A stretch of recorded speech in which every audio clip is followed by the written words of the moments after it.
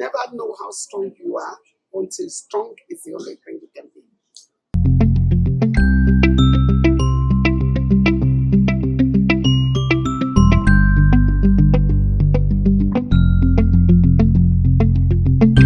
Hello, good afternoon, good day, good morning, wherever you are. This is Moji Taiwo of the Immigrant Experience Show coming to you from Calgary, Alberta, Canada. I am also the author of the book I Give Because I'm Blessed. I'm blessed because I give, a chronicle of an immigrant's journey. But before we start going on this show today, I would like to take a moment to thank our sponsors and our supporters so far, as we expect many more of you viewers to join us on this journey. Our special guest today is Ms. Funke Banjoko. Ms. Banjoko is a supply chain management professional with over 2 decades of experiences in the oil and gas field. Funke has worked for Canadian oil giants such as Nexen, Enbridge, and Syncrude. Currently, Ms. Funke sits as the first Nigerian Black woman elected to council in the regional municipality of Buffallo in Fort McMurray, Alberta, Canada. Welcome. Thank you, ma'am. Give me a minute before we dive into your immigrant journey. Yes. I would like to share a tidbit about Canada. Did you know that according to Statistics Canada 2016 report, Chinese languages of Mandarin and Cantonese were the most spoken immigrant mother tongues in Canada?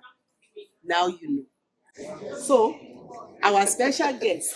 Thank you. Thanks for having me. Thank you for joining us. Thank you you for joining me. It's taking a little while longer than expected, and that's because the show is gaining grounds, and a lot of people are requesting to be featured. So, yeah. And I follow you, so I see all the good work. So I want to say thank you to you for showcasing the immigrants in Alberta. We do appreciate it. Thank you so much. So let's start by sharing a bit of your immigrant journey. When did you arrive in Canada, and what led you to choose Canada? Okay, I arrived in Canada January of 2009. Oh, that's not too long ago. Not too long ago. 2009. Yes. You've done wonders in that short period of time. Yes, Oh, kudos. thanks to God. Yeah, and all the beautiful people that surround me.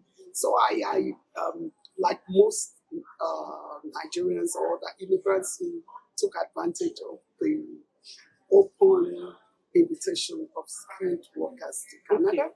So I did process the skilled workers program. I was supposed to actually have been here since 2005, but I didn't come down till 2009. So you know, and I use this also medium to educate people, as I said earlier. There are so many different categories of immigrants. Yes. There are students, there are refugees that's commonly known by most Canadians. Yes. And there are other areas such as the one you just skilled workers, provision, nominees, and program. different ones. Yeah. So more or less, Canada attracting people who have already been trained and bred and breeded in their country to come and work here. Yes. So I did that, but funnily, I was living in Chicago, Illinois, in the States, and Chicago is a fun place, so I refused to come and land, and so coming to land in 2009. It was a tough place. It was a long journey, and I had to beg for what I was already offered in 2005. So it took a long time. So it took you 4 years to it had lapsed already, and you so I had to reapply. I had to do all sort of almost pleading before I was. You see, such is life. When they gave it to you voluntarily in 2005, it was not as appreciated until you needed it. Yeah, and actually when I wanted to now consider coming in, I called my immigration lawyer, lawyer Babalola in Toronto, and he told me, oh, it had lapsed. And that was when I knew, you mean I can't Come anymore? And if I tell you the whole story, the entire story, we won't finish today. But thank God, he's still, So when you decided to come finally, yes. Did you go directly to Fort McMurray? So yes and no. I landed in Toronto. I stayed for a week. But because I was working in Shell, Nigeria, and most of my friends are either in Calgary or Fort McMurray or Edmonton. Because of the oil and because gas. of the oil and gas. So I actually thought it was just a matter of changing plane and coming to Fort McMurray, and I found out I needed almost $1,000 to fly within a short period. So I waited a little bit for a week, and then I came to Fort McMurray for about 2 weeks. We got to stay with my. They played the role of the host, Nwabu, Uzuru, and Hope. So I stayed with them for. Hope and Hope Uzuru, my dear sister. Yes, so I stayed there in Fort McMurray, but I didn't have a job, and as you know, to stay in Fort McMurray, you need a job.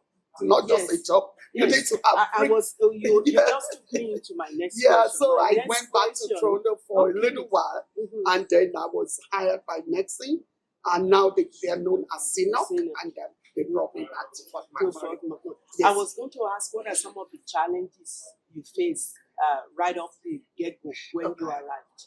And one of them you just mentioned is the employment. Yes. And without employment, we can't really do anything. No. And especially Fort McMurray is also in another class like Warri or Port Harcourt for those from Nigeria. It's a bit more expensive, even Calgary too. So anyway, I came to Canada with 2 suitcases. Not coming to meet a husband or a boyfriend or anything, and even my children were not with me. So I was going through a lot of challenges. So even emotionally. Yeah. So that was when you're going to a new place and alone. It's cold, and I didn't know exactly what I wanted to do. But not like Fort McMurray. Yeah. So Fort McMurray is in another class. And no, then cold in you're Chicago. not with your family. So that's so every challenge. kind of thing you can think of was going on, and it was definitely tough at the beginning. How did you overcome those challenges? I think one, I'll just drop it here that you never know how strong you are until strong is the only thing you can be. Yes, let me rephrase that.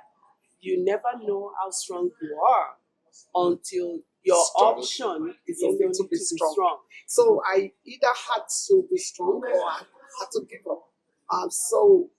And I had to choose to be strong and to keep going. And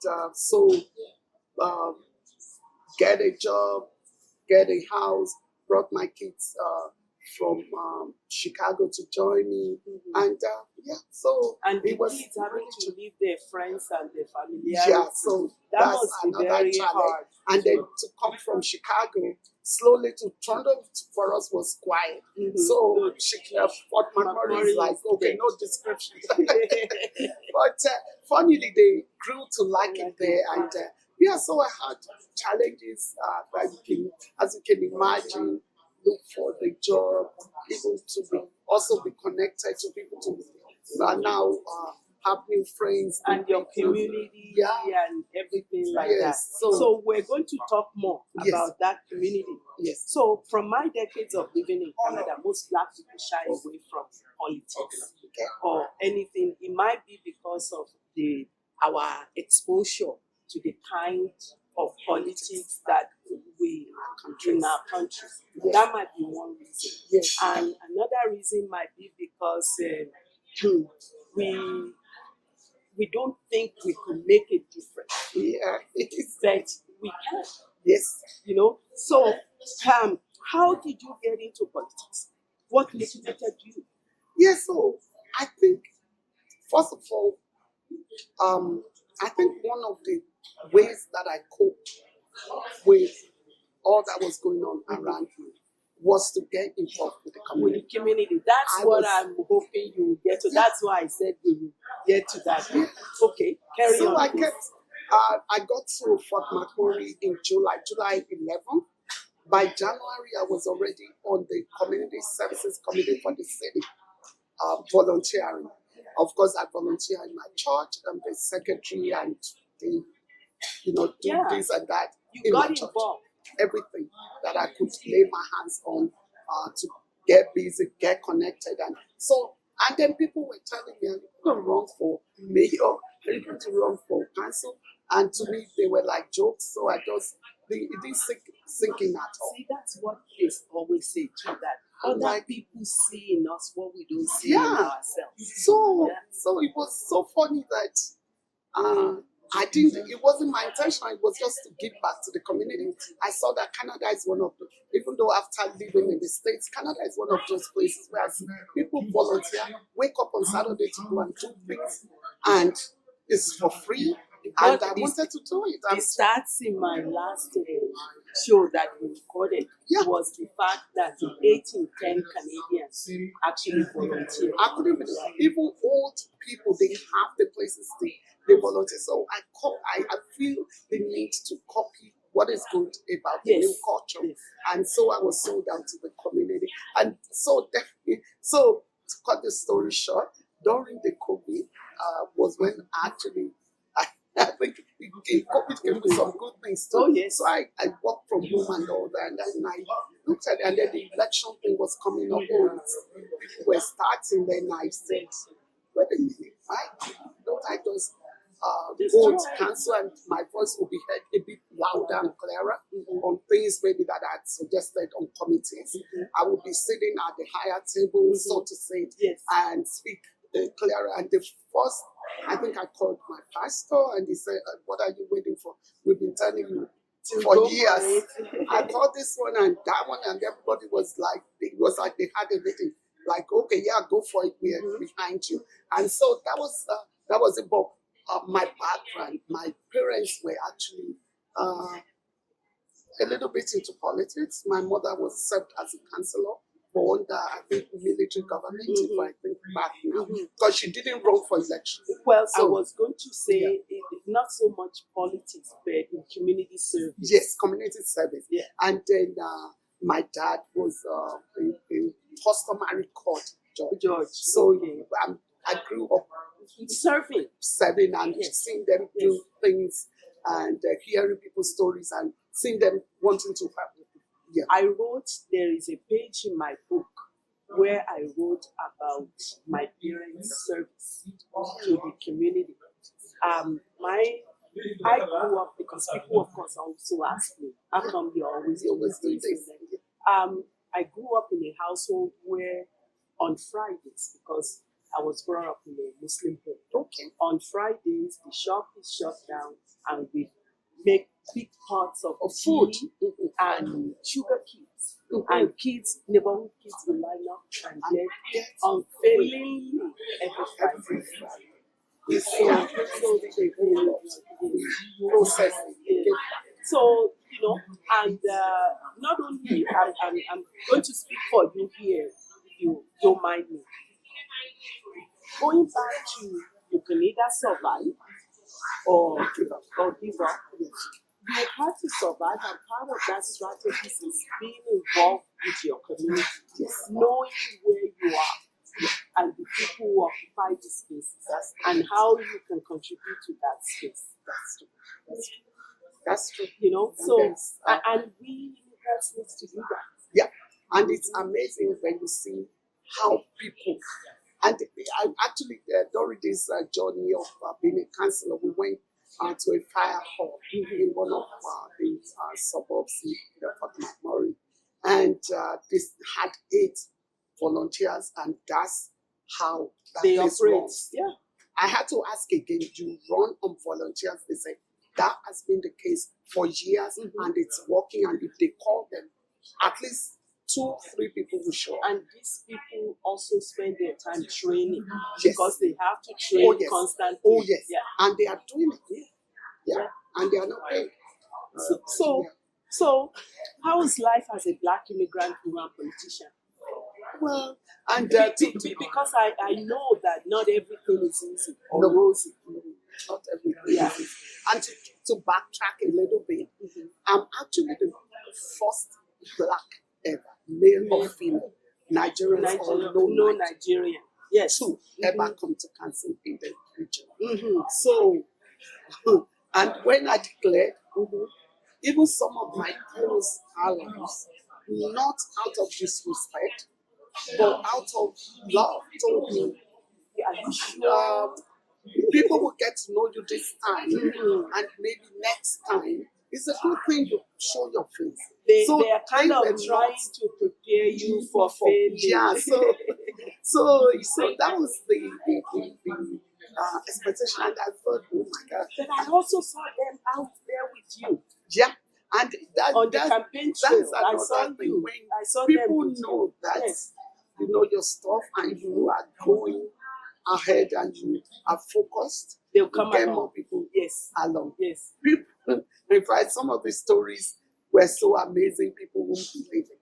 People were cheering for me regardless of the color or ethnicity, and it was so amazing. So it's not been easy too, because there's still the 2%, 3% element of those who still perceive people, see people through the eyes of the color that they wear. But my thing is to keep going. They will find out that you've got what it takes to be on the city. And so that's what I do. I get ready for every meeting. I prepare like I'm going for, I just prepare. Well, that's what most immigrants do. I do. Yes, we have to do more. Yes. And once it's proven, then people give you the respect that is deserved. Yes. So you've been such an amazing, examples for us. Thank you. I've been here forever, and people have also said politics, but I always said I'm too outspoken to be politics. And at the same time, I come with a friendliness that might be difficult to ignore because I know that even if you feel I'm black, which is obvious, I want you to find out anything about that. Yeah, but you will find out that I'm a person, I'm supportive, I love, I give. You care about your community. And I'm not going to, in my bid to fight racism, I'm not going to be racist against the white folks or against the other people. I just accept, I try my best. So that has also made the journey a bit easier.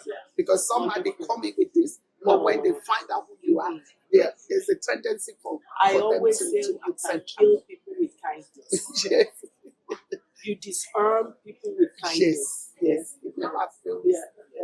So, what's next in your future? People are beginning to, some are telling me, are you running for this next or that next? And I'm like, I've only done 1/8 of my term in the first one. So I just want to keep giving, keep serving. It might be on council, it might be something higher, it might be something different, but the remaining, I always say 50 years left to go. I'm going to keep giving, I'm going to keep inspiring the young ones. But I think I'm going to continue the role to be the face and the voice. And I think it's very rewarding for me, not in terms of money, but in terms of the satisfaction that I derive, the joy that you're making a difference in people's lives. Yes, and I hope that I'm being the first should just be the first of many to come that are coming. So that's what I hope to do. I hope to be able to encourage people, empower them, give them tips, and let's raise more people. That's good. Thank you. More leaders. Yes. And we have plenty of leaders in the immigrant community. Yes, no doubt. Well, thank you for this sit down. It's been a pleasure. And for our viewers, you heard it from Miss Funke Banjoko, that you just need to give, put yourself out there. Don't accept defeat as the last resort. Yeah. What you give is what you take back. Yes. And on that note, we're going to say thank you for joining us. But before you go, don't forget to like, subscribe, and share. And also register to become our member. Until next time, I say goodbye. My name is Moji Taiwo. Thanks for having me. Thank you. And thank you all for watching.